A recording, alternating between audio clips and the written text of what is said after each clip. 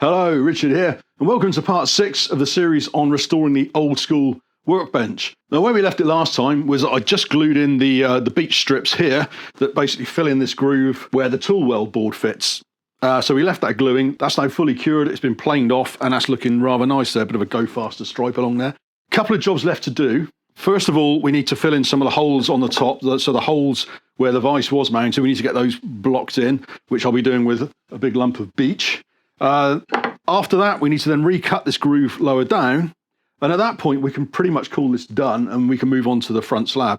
And I'd just like to take a quick moment to extend a huge warm welcome and a shout out to this channel's first member, David Knuth. Your support is very much appreciated. It really helps me grow the channel. So if you're interested in memberships to the channel, then check out the links below. Your support makes a huge difference to the channel, so thanks for that.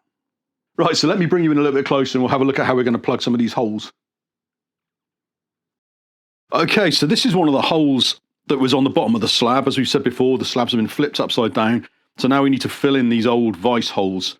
And for that, I've got some bits of beech left over from when I was doing the vise jaws. Now, the way I'm going to do this hole here looks like it was gnawed out by a beaver. It's pretty rough. So what I'm going to do is cut a patch of beech, just slightly bigger than this. And then we'll mark around that, chop it out and sink the beech down so it's just slightly proud, and then we can plane it all flush. And the same here, we'll put 2 little blocks in there as well. So the first thing to do really is going to be to rip this down the middle, and then we'll use half the thickness to block the hole in with. I want to rip this straight down the centre, so we'll get the marking gauge and we'll just set this for halfway, just guesstimate where it is, and then we'll put a spot in there, turn it round, do another one. That's pretty close, so that'll do. We'll just mark it there, and this is just to give me an eyeball line really. Doesn't have to be accurate.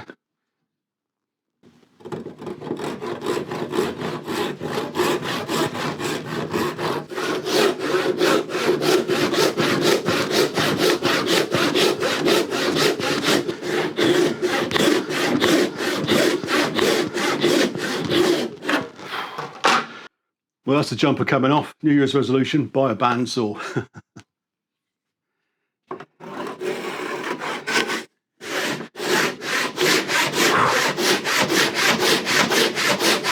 Well, that's quite heavy going. I think I'm going to give the saw a little bit of a sharpen.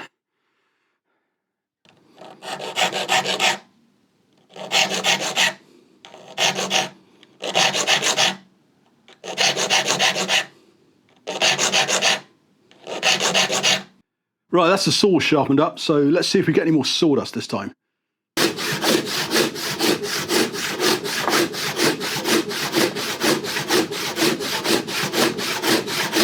Could be a little bit better. What do you think? Was there any more sawdust coming out of it? Hard to tell from here, but I think I'm just unfit.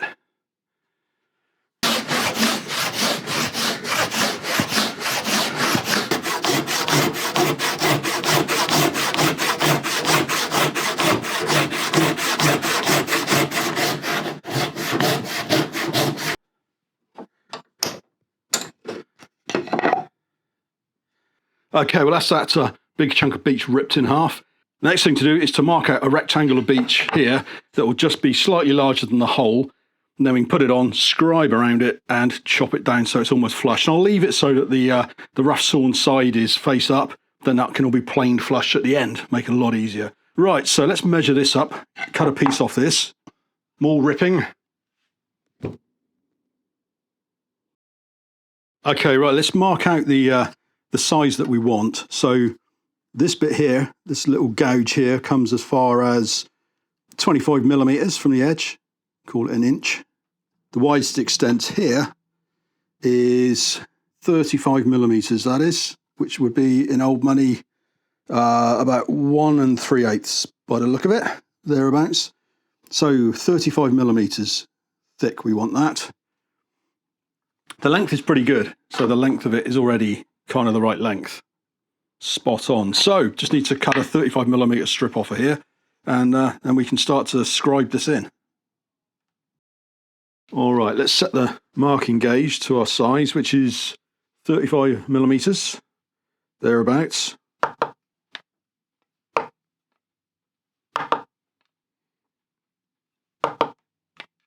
Go, yeah, just a slight bit over 35 and a bit.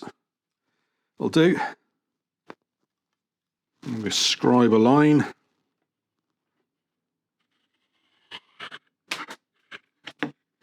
What I'm going to do is just darken that line up with a pencil, just so I can see it a bit more easily.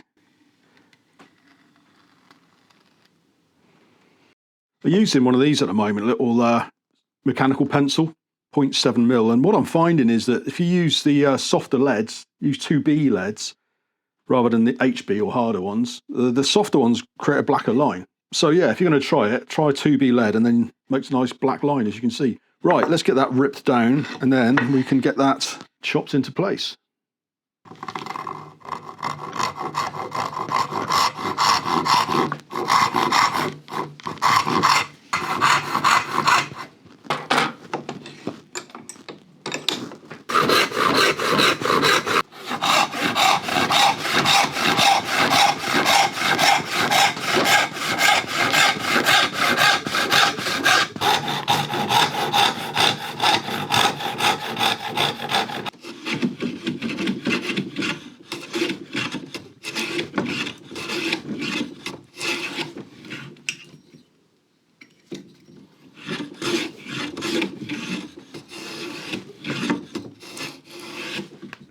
Right, I've got the patch, or Dutchman as they're also known, got it clamped in place so it doesn't move.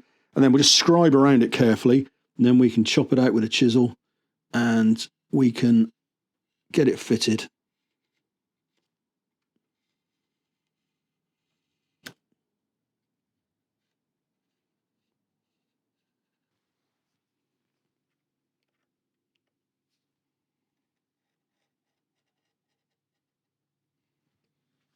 Okay, I will reinforce these lines a little bit with a ruler and my trusty penknife, which is actually really quite sharp, quite a scary sharp edge on that one. So I'll use that just to deepen the lines a little bit and then we can chop them out.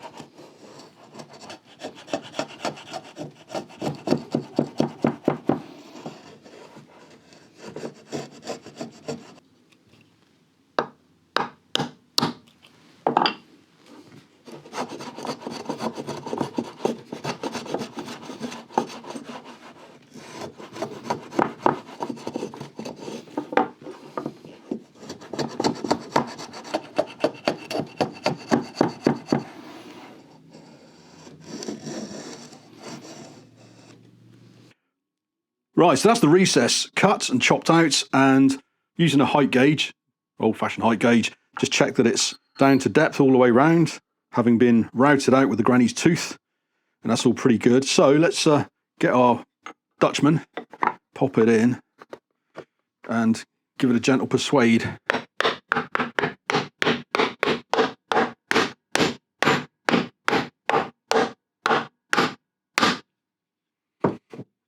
Right, there we go. That's the first one fitted. So all I need to do now is to cut out these two, put a plug in there. I probably won't recess those. I'll just square them up and put some plugs in. They're not going to take much weight ever. Same thing for the other side. And when that's done, I'll bring you back. We can plane it flat and then look at cutting the groove on the front. Right, so that's the Dutchman patched into the old vice recesses. I've done both of these now. They turned out quite nicely. Let me just give you a quick fly past and you can see how they look. So as I say, these have been filled in with the sort of spare beech I had left over from making the vice jaws. And they've gone in there quite well. Basically what I did was sort of square up the holes a bit and then cut some blocks to hammer in and glue in there. And you can see there's a little bit of a rough bit here. It's dead smooth, but it's just a bit of discoloration. It's got some glue and sawdust filler in it. And we'll move along to the other one so you can have a look at that. And again, there's a few little kind of scuffy bits. Again, that's got a bit of filler in it there because it really wasn't worth patching it. Bear in mind that this slab is going to be at the back and probably have a toolbox on it. It's not really going to be used, so it doesn't have to be pristine. And again, that's the tricky thing with these sorts of jobs is drawing the line between going down the rabbit hole of perfection and just getting something that's to the standard you want it to be at. So as I say, I wasn't aiming for absolutely perfect with this, but just making it sort of nice and clean. And I like the fact that with these patches, they kind of retain some of the history of the bench, especially here, as you can see, you've got the old maker's stamp, 1960, that says on there. So I like it to be able to tell a story. Right, so the next thing we need to do, in fact, the last thing we need to do on this slab is to recut this groove. As you remember, we flipped the slab upside down, which meant that the groove where the tool well panel fits into, that's now on the top. That's been filled with beech, and we need to cut another one underneath, which I will be doing with this rather nice plough plane. It's got a 1/2 inch wide iron in it, number 7, and an interesting little thing with this. Let me see if I can show you this. While I was cleaning it up, I noticed there was this lion emblem on the plane. And I asked a few people in some groups what they thought that might be. And some people say that this is probably a Peugeot plane because the Peugeot brothers in France back in the day used to make tools as well as cars. Or maybe they made tools before they made cars. I don't know. If you know anything about Peugeot and hand tools, let me know in the comments. It'd be really interesting to find out. Anyway, we'll be using this to cut the groove here. So to do that, what I need to do is remount this on the back of the bench. And I'll take one of the boards I'm going to use for the tool well, which is a couple of these. So this is redwood. If you're in the USA, you might be thinking, no, it's not. Apparently in the UK or Europe, I suppose, this is Scandinavian redwood, and that's as my builders merchants sell it. They sell it as redwood. It's actually Scots pine. So if you're in the USA, we call this redwood. You probably call redwood something like sequoia or something like that. So I thought that's quite interesting. Anyway, we'll lay a piece of this next to the slab. We'll get it all bolted in. Then I can just mark along the top surface, which tells me where the top of the groove needs to be. Get it all mounted up, and then we'll see if we can cut a new groove. And then that's that one done then. So let's get this slab installed back on the bench, get everything lined up, marked up, and then we can see about cutting a groove with this old chap.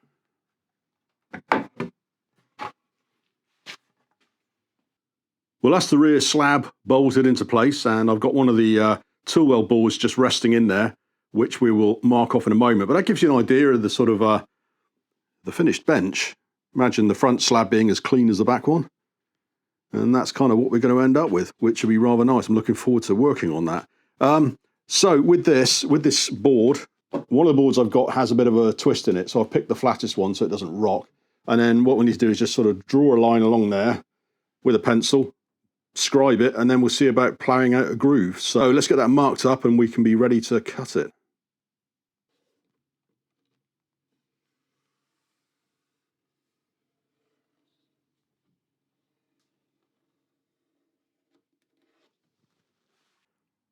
Before I cut the groove, I'm going to scribe some lines where the groove's going to go, so it'll give this an easier job if it's got lines already scribed either side.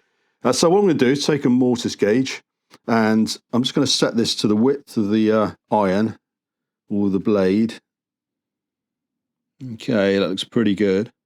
And then what we'll do is we'll set the gauge so that the inner pin is on the line that we drew in pencil.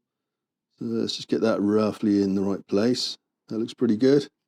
Oops, just moved it. Try again.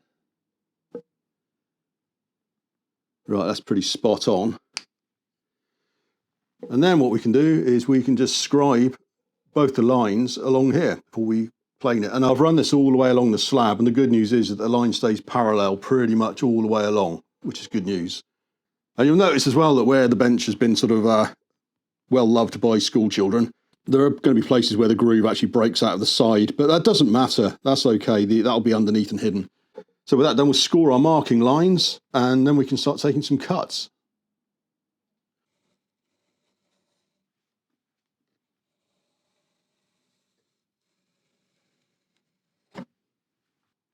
Okay, now we're ready to get set up for the cut. So I'm going to flip this around. This is where I'm actually really enjoying having two vices. Right, let's flip that around. Tighten it up.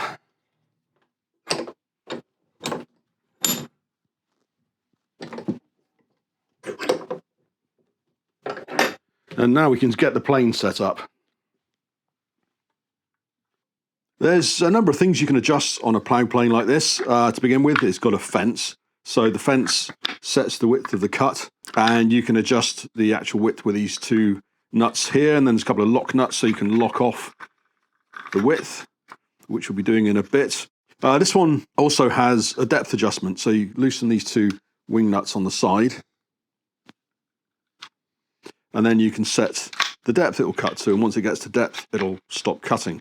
So again, something else we'll need to set up. And finally, you can adjust the depth of the iron. Now with that, pretty much, we'll just get the iron so that it's just protruding below the skates here. It's called the skate. This is basically what guides the blade as well. There's a little groove in the back of the blade or the iron, and that holds the iron in position. So the next thing to do is to start getting this all set up, ready to take a cut. Okay, the first thing I'm going to do is set the depth, and for that, I'm going to want that to be about 16 millimeters. So let's see if we can go that deep. And I'll just set it to the bottom of the skate, because that'll be near enough. It doesn't have to be exact, but I'll make sure it is the same front and back.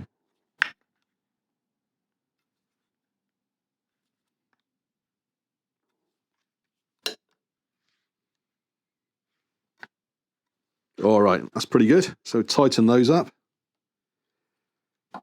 The depth of the cut, we'll adjust that in a moment. We basically use an Acme adjuster to set the depth it's going to cut at. Once the depth is set, then that's pretty much it. We don't need to change that really.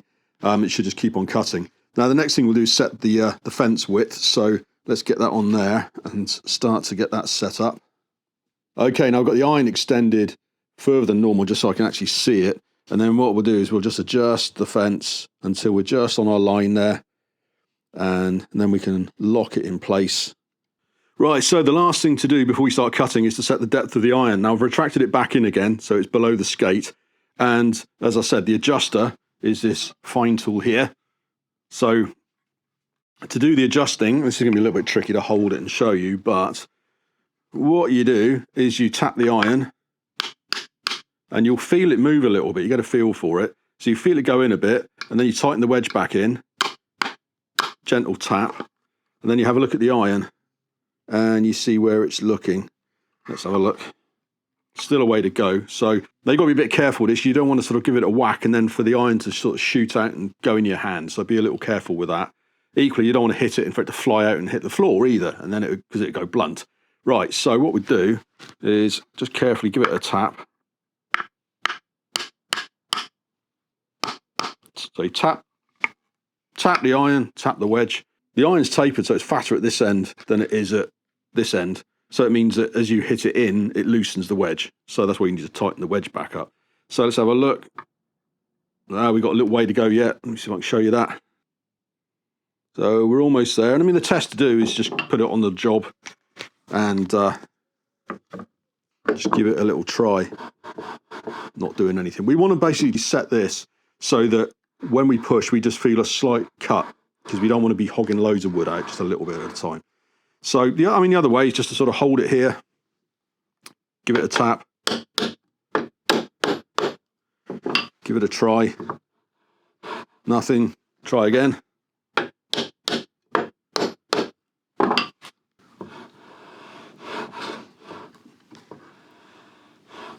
Might have been a tiny little shaving there. A little bit more. Starting to hear something now. Hearing it make contact. That might have been too much. Oh no, we're just about there. So, what we need to do now is to start trying to take a bit of a cut. So what I'm going to do with this basically is work from the front and then work backwards, and it's barely touching at the moment, but I'm happy with that. I'm not in a rush.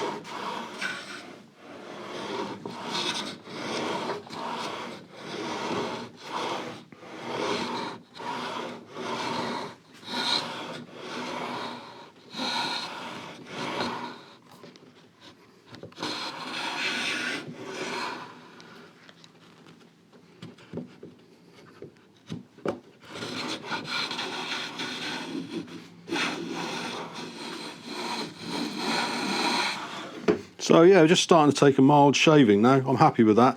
The worst thing with this really is to go too far and it will just dig in. So you've got to get that happy medium really. Probably wants to be a little bit of a deeper cut, but as I say, I've never used this one before, so I need to get a feel for it before I get too confident with it.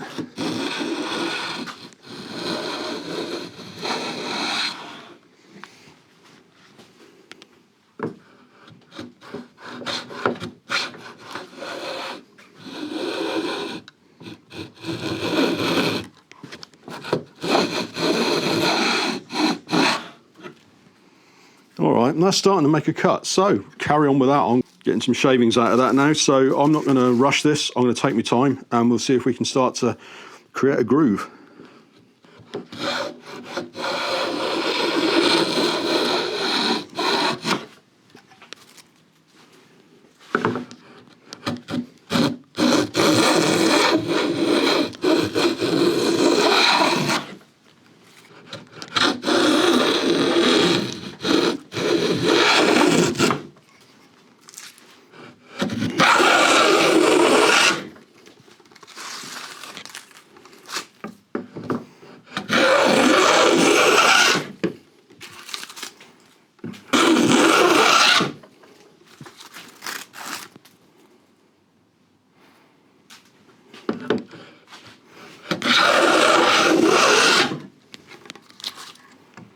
Well, that's it. That's the groove cut, and you know when you're finished because you can go through the groove without taking a shaving.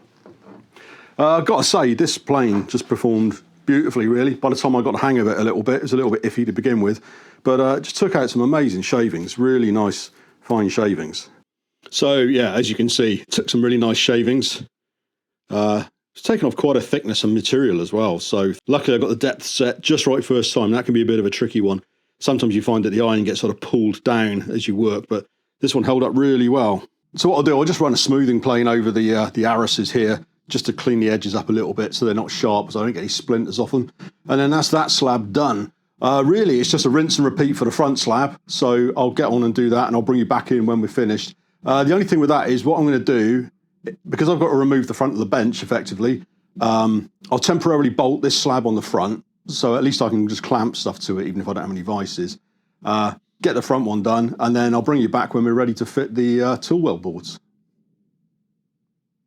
Right, well that's the front slab also cleaned up. I've got the groove filled in the back and a new groove cut at the bottom, ready for the tool well, which we're going to do in a moment. The vices have been levelled off and planed flush with the top of the bench. Now I'll bring you in for a quick fly pass and you can have a closer look at what we've got here. Right, so the top is cleaned up really nicely there. You can see I'll put a little patch in here, another little Dutchman. We had a bit of splintering here. The wood is splintered sort of in this direction, which meant that there was wood sticking out in this direction. Now, the problem with that was that if I then brushed all the shavings off with my hand, I'd get splinters. So I've patched that in. That'll stop that splitting any further. And we come down to the other end and you can see the old vice hole. That's been patched up quite nicely there. And a few bits of dowel just put in as well, just to block up the holes. I'll show you around the back quickly, and you can see that the old groove at the top has been filled in with some light coloured beech, and there's another groove which has been cut down below, ready for the tool well. So we've got a few more things to do before the bench is finished. The next thing is to basically take the tool well bores. I've got this one and this one. We need to joint those together. We'll make a wider panel. Then I'll rip it down to width. Put a rebate on each end, and then that will slide in, and that's the tool well done. And then after that, really, I think it's just a case of sorting out the aprons front and back, getting that all fitted up, and then we might be ready for some oil.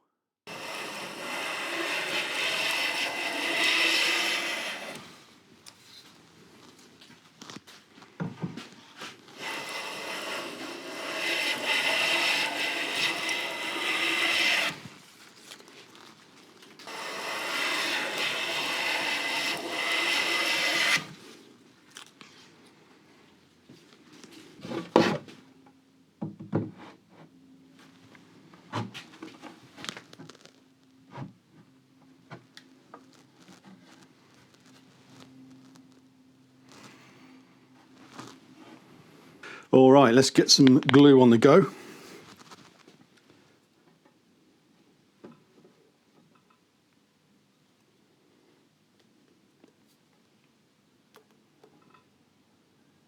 These things are always bunged up, aren't they? Let's try that.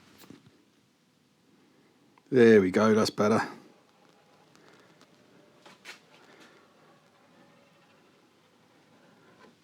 Let's get a bead of glue along each side.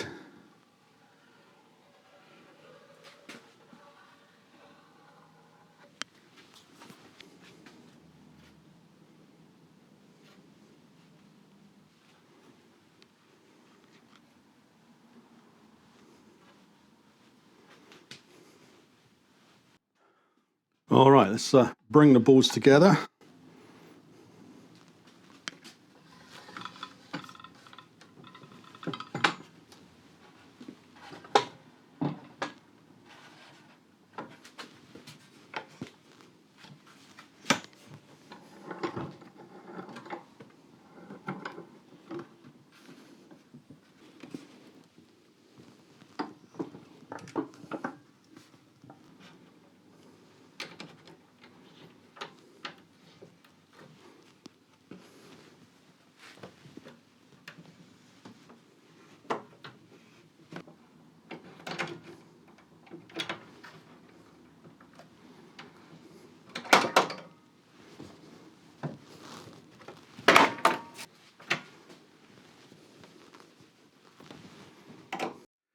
Okay, well, we'll put this to one side to cure probably overnight.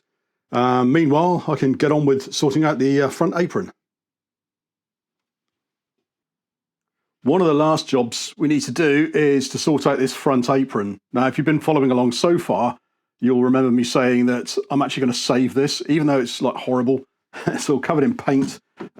This bit here is kind of about to snap off. I'm going to save this. I think it will clean up okay. And like I said, I'm looking to economise on what I'm doing here. I don't want to keep on having to buy whole new bits of wood. Otherwise, we end up with Trigger's broom. I'll give this a quick metal detect, make sure there's no nails hiding in it. Probably give it a card scrape, plane it up, see where we're at. And then we can look at re-gluing this end, maybe filling in a few patches here and there, plug some of the holes up, and then we can get it back on the bench. And in conjunction with the tool well, that's us pretty much done. So exciting times ahead.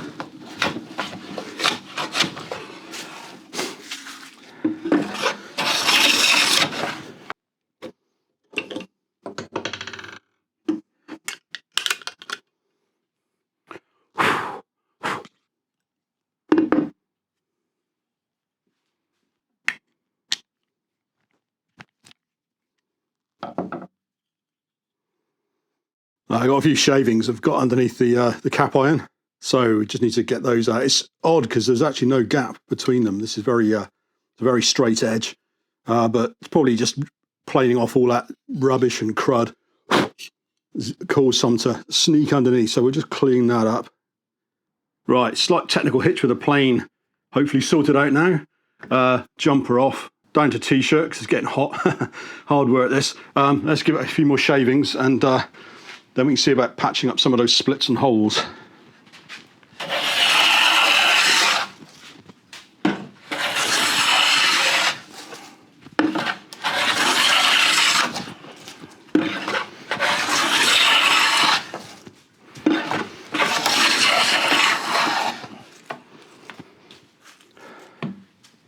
Right, this big split at the top, what I'm going to do here is I'll drill some holes in, put some dowels in so it will locate itself. Then we'll saw it off, clean up the joint, and we can then glue it, bash it back on the dowels, and then that should be that sorted out. As you can see, it's come up fairly nicely. Still maybe a little bit of work to do, but that's good enough. That'll do. All right, let's drill a couple of dowel holes. This isn't quite lined up, so I'm just going to clamp this so it's a bit better lined up. So just put a clamp on here and hold it. So I can feel a step at the back. So I'm just going to get rid of that. Okay. So we lost a bit of meat at the front. I'll drill slightly to the back of that.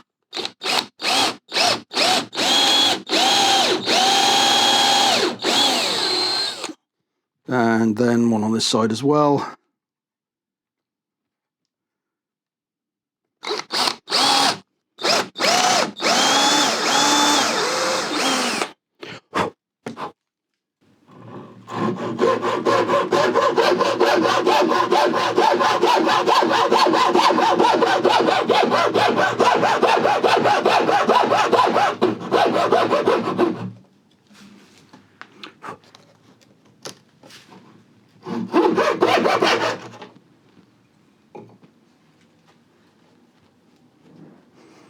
Okay, we have a split through here as well.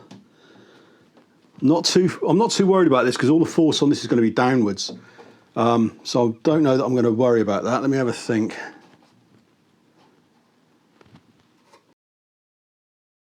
All right, looking at it, this bit's a bit ropey as well. You can see it's split all along here and here up to about there. Well, here even. So I will cut this out and then we'll clean it up, glue it all back together, and it'll be nice and solid then. So let's get on and do that.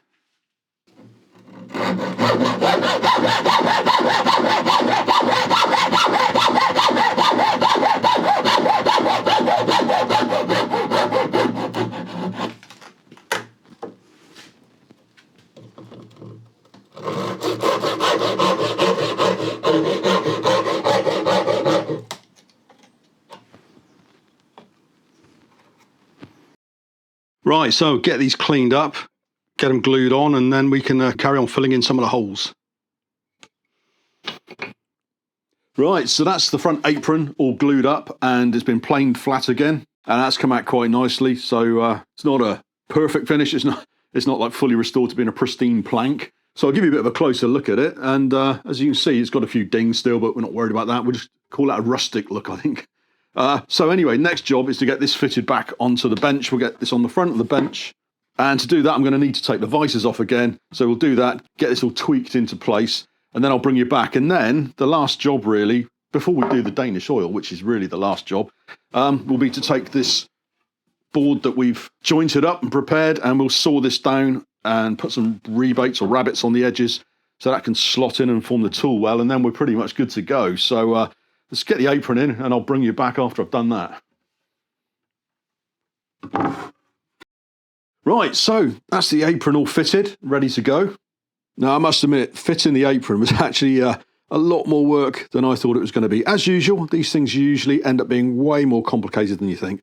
For this one, it was really the fact that the vices have moved slightly since the slabs have been flipped upside down, and I've adjusted the positions of the vices a little bit. So there was a little bit of chopping and chasing to do to get everything to fit nicely, getting the vices to actually sort of move in and out smoothly. But yeah, there we go. So quite happy with that. Again, going for the rustic look on that, but I reckon that'll look fairly nice when it's all oiled up. So right, next job move on to fitting the tool well panel. So the tool well, this is really just a case of ripping this down to width, the width between the grooves, that is, in between the slabs. And then we'll cut a couple of rebates or rabbets down either side. Got a little wooden rebate plane we'll use for that. Slide it in and stand back, light your pipe and admire your handiwork, as they say. All right, so I need to cut a strip off here, which is going to be 260 millimeters long. So, see if we can use this to mark our distance on that. Just get this square, combination square, and get it so that it's that sort of the right length. And then see if we can use this to mark a line all the way down and see if this works. So far, no.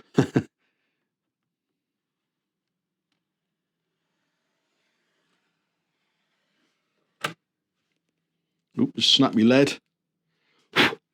Try again.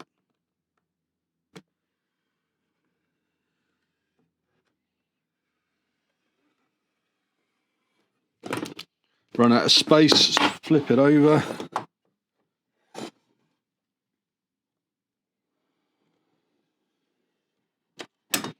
All right, that seemed to work okay. So let's just measure what size we've got at this end. And that is pretty much 260. Perfect. Right, so just need to rip that down. And then we can cut some rebates on there. Having double checked the measurement first, of course. You know what they say with these things, measure twice, still muck it up anyway. 260, 260, and I'm just going to measure the actual bench as well. 260, right, so that should be enough measuring.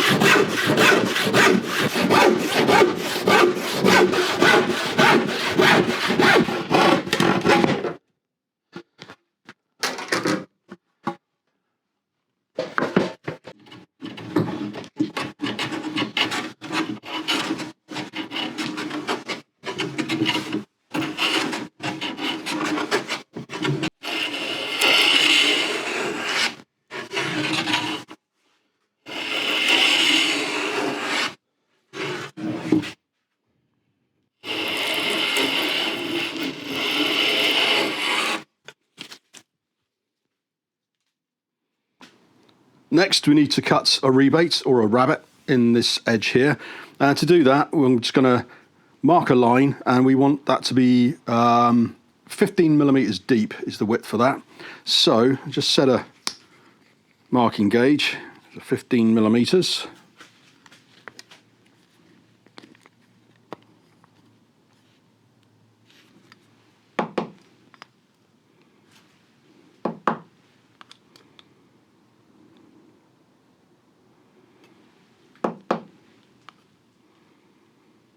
There we go, that's good. And then we'll just mark our edge.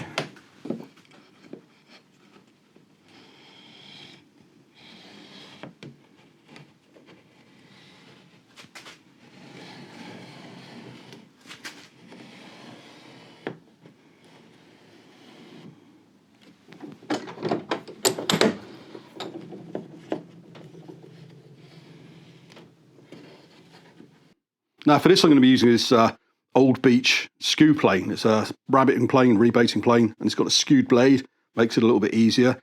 And the beauty of these is that once you've got the depth set, which I think this one's pretty good, you don't need a guide, you don't need a fence, you can just actually freehand the line in. So let's give that a go. What I'm going to do actually, I'm just going to move this a little bit further over so I've got an overhang and I can get at it more easily then, because otherwise I'm going to be risking bumping the vise. So let's just wind the vise in. I'll bring this over the edge so I've got plenty of space for my fingers. Clamp it back down. Just Doesn't need to be mega tight, just tight enough to stop it going anywhere.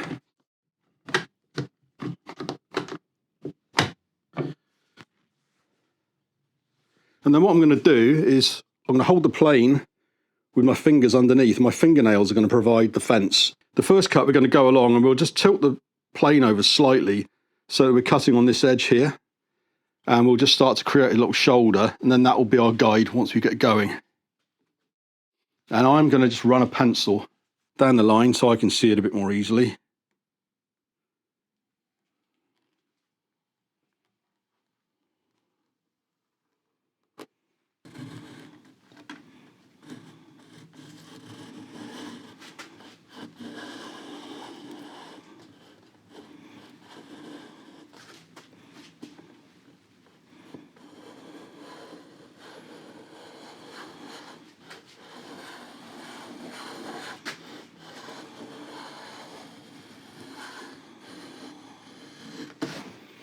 Okay, I could possibly go a little deeper.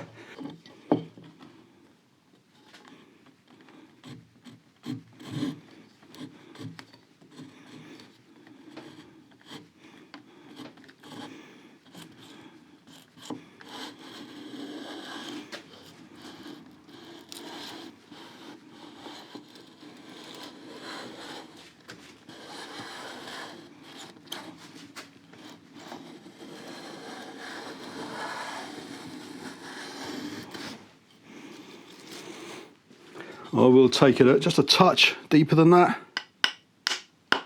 Hardly anything.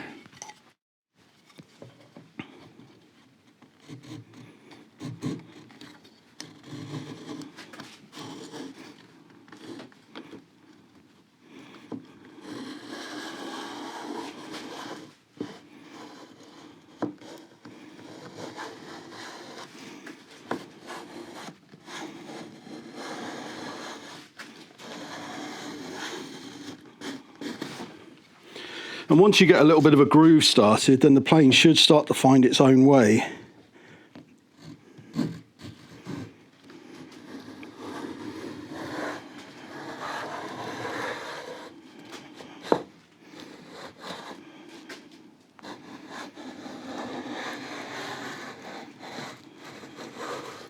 Still using the plane on a little bit of an angle, canted over a bit so it's cutting in that way.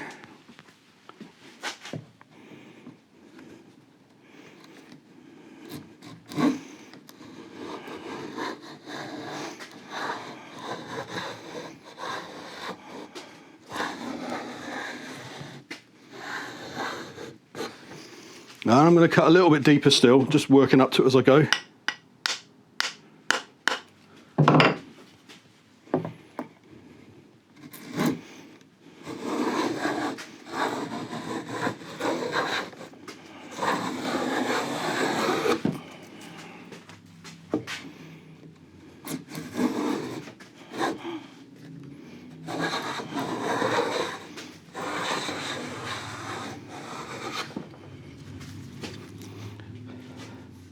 You can feel a definite lip there now, so we're definitely getting down. And as we go down, we'll bring the plane more vertical, so we end up just cutting straight down then.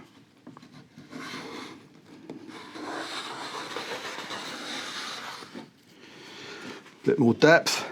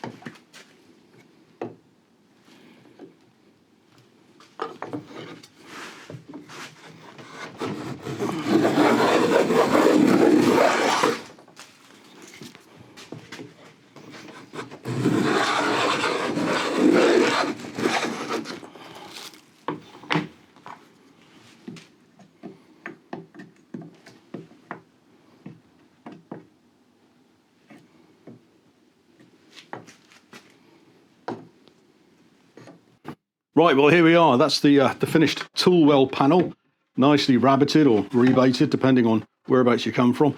All went quite well, really. A few extra tools I used. I used this little bullnose plane. That was really handy just for taking the width of the rebate down a little bit. So it's quite handy just to shave that off and tidy the edges up. And also the granny's tooth featured again, as usual. And that was really useful for just basically making sure that the depth of the rebate was the same on both sides and all the way through. Where the rebate plane I was using didn't have a depth stop, then the depth wasn't that consistent. So this just really helped out with that. Anyway, let's give it a fit and I'll show you how it looks.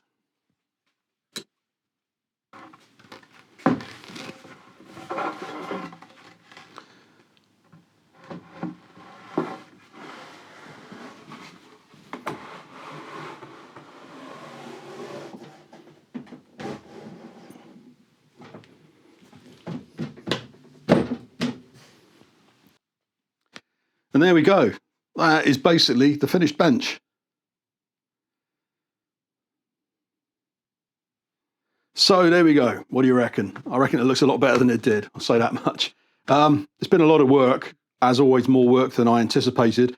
But there's always a way with these things. Half the thing is knowing when to stop, when to just leave something near enough and when to actually polish it, you know.